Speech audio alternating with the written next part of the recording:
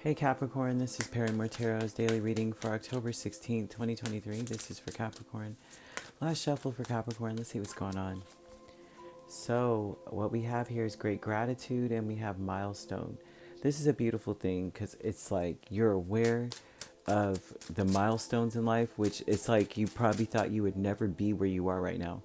You know, like it was in the distant future, and you may be grateful for all that you've gone through, or spirit is asking you to be very grateful for all that you've gone through, because you are exactly where you need to be, and you're at a place that took a lot of, well, it took a lot. I would like to say the Page of Wands is about being free, right? So it may have taken a lot of decisions. You had to have conviction and make decisions and take a path, like consciously. You weren't a speck of dust in the wind in this energy. So great gratitude is Judgment and Five of Swords. Ugh. You got to be grateful for the times you were defeated, you felt beaten down, the things that people said about you. There's a lot of gossip. It seems like be grateful for it in a sense because it gave you no other choice. Oh my gosh, this is giving me the energy of, like, people always say get money or die trying, or if you're not hungry or something, you're not eating, or those phrases, those catchphrases of the 90s, like the 90s hip hop. It was like, always this energy of, like, if you can't, I'll sleep when I'm dead and I'll work hard or whatever. And it looks like you may have embodied some of that energy of just like, no matter what anyone's saying about you, because I'm seeing great gratitude with this, the Judgment, Five of Swords, Six of Pentacles, Six of Swords. That is like, I had no other choice. My back was against the wall. I had repeatedly felt beaten down by life with the Five of Swords. This is repetitive, right? And it seemed like whatever you would contribute to, it seems like you were trying to escape that energy or trying to get away from that energy with the Six of Swords and Six of Pentacles. Is trying to gain stability here. And so there's an energy of needing to be grateful for that happening in general, or any of those instances of when you felt low, because the milestone is the Hanged Man and the Page of Wands. You're on a different path now. It seems like you may be much more inspired in this direction than you ever were in any other direction, regardless, right, of what path you felt like you were meant to be on. It seems like you're right where you need to be. The Judgment with the Hanged Man gives off this past life energy. So it's like almost like you may feel a deja vu as you're, whatever it is that you are excited about these days. You may feel, Spirit is calling attention to the one that feels like, I feel like I'm supposed to do this, or I've been doing this before, although I've never touched it before in my life. You have Deserving with Five of Pentacles and Three of Pentacles. This is, you deserve to ignore things that don't work with you, in a sense. It's like you may be saying, I don't want to give any attention to working with energy or people that don't work well with me. You are, or energy that you have to constantly be fixing it and stuff. It's like, I deserve not to have to be ignored in a partnership as well. Some of you are feeling ignored in a partnership.